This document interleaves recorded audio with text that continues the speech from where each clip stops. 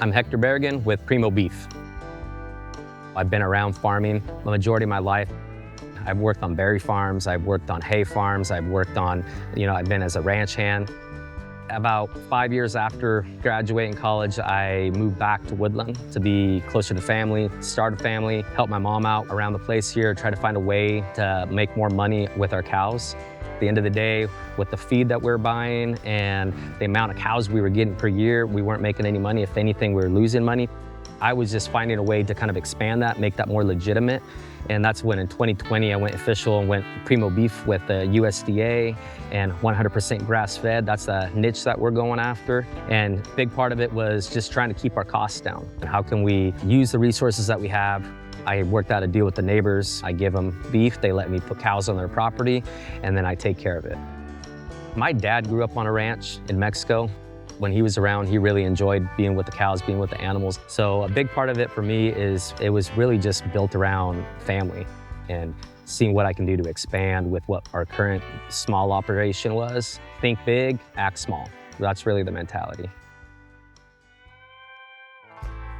We focus on like a low volume operation. So when we first started, that was the whole concept. It's like, how can I get the most out of the very little bit of land that we have? We don't have a lot of land, but the best thing that I could come up with, and it's not anything I invented, it's been out there, but it's regenerative farming practices, but it's based on rotational grazing. For example, you have paddocks where you put the cows in, they'll eat the grass down. Instead of having one big open field, you break it down into smaller fields, and then you rotate the cows. As they munch one field down, they get the grass down pretty low. They're gonna be, have manure all over the place. So you rotate them out, then you drag those fields. You use natural fertilizers to help that grass grow back. It also improves soil conditions, improves the root conditions. That way they're not overgrazing. So it maintains strong grass. They'll go from one to the next one. And then by the time they get into the one that they were already back in, the grass has grown back. So that's a natural way of doing it without having to get fertilizers or anything like that. So a lot of it's native grass. Orchard grass is the big thing. So when I first moved back 10 years ago, 12 years ago, what I did is I cleaned this place up. So I tilled up the entire area, leveled it all down, replanted orchard grass from a local company. If your soil's not good, your grass will not grow. So you can throw as much fertilizers into your grass or to where your crops are, but if the soil is not good, then you're not maintaining your soil, then it doesn't really matter. So that's a big part for me, is like managing the resources available, minimizing my cost, and having quality beef. Vancouver's farmers market's been a big help. If you look around online right now, there's a lot of small farms popping up that try to sell strictly online. Vancouver Farmers Market's really helped me with developing a customer base by getting to talk to people, answer questions, give them guidance on what they're looking for. It's more informational, but you get to develop a relationship. That's been a big part of it. I have a lot of consistent repeat customers, and it's just another channel of selling beef because a lot of people want to do it online, which is like the easy thing, but that's a quick transaction. You'll never talk to that person again in some cases. When you go to the farmer's market, you're actually developing a connection with somebody. There's a lot of networking that happens at the market too. Like other farms partner, do collaborations with them. There's businesses that'll come in and have questions to see if they can, do something. I sold beef to caterers that I met at the farmer's market. There's a lot of networking that takes place. And not only that, like if you have questions, like farm questions, there's farmers you can literally ask that question to. I'm not a pro. I'm still learning as I'm going.